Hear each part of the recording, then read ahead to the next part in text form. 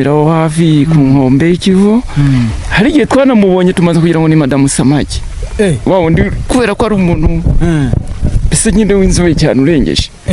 tukagira ahubwo ngo asagira n'ubwoba bwo kwinjira kugwa mu mazi. Ese ibi byabagenze ibintu byagenze gute ko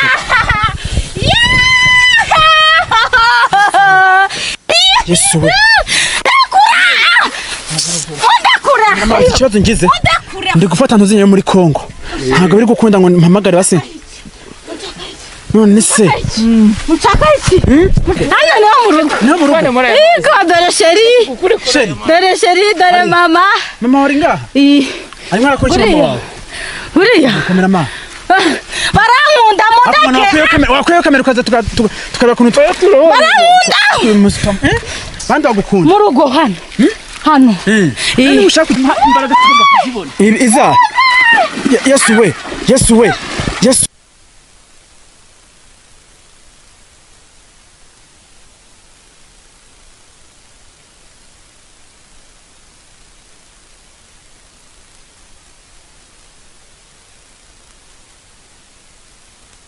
ntabwo aha nta rezo zihaba kamera kuja mu bintu bitagiye akamaro ngo ni nahanye twe twiganira n'intuze atugira inama nta rezo zihaba hanga Yesu we none se genda uno mukobwa arapfa pe uyu mukobwa arapfuye byarangiye ikiva kiramwishe ubwo nuko batarapfa n'amahirwe yiwe n'amahirwe y'Imana pe amahirwe y'Imana kandi muri abasore mufite namwe ntako mutagize ntako mutagize none se hari ikintu ajya gute abayeho gute uko je nanje nimwe nabo yampamagaye mutabarize ngo ndamusabira ubufasha ngo mutabarize nuko rero mugumye mugerageze murebe ukuntu mwabigenza yamwe ngo nze kumuhamagara duhe ubufasha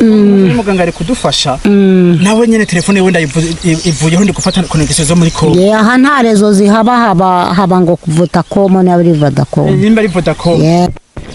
ngiye guhamagara ndabe ko nabona network ndamuhamagare Yesu we nabuze kuntu nakuvugisha ko nyene ngiye ahantu ku gasozi ndabe ko nakuvugisha sinzi ko icyo wadufasha umwana w'umukobwa tukamukura banze nyumvire wakana we narabwiye ngo ndi umuhannyi iyo mbwiye umuntu ibintu nuko biba bimeze kandi ntabwo nkunda abantu biyemeza ibintu batabasha gukora uwo mwana impamvu ari kuvuga ngo ategerereje nyina na se ku nyanja ninjye wamuhaye igihano kuko uwo mwana w'umukobwa yangezeho aze gushaka ubutunzi turabumusabira arabuhabwa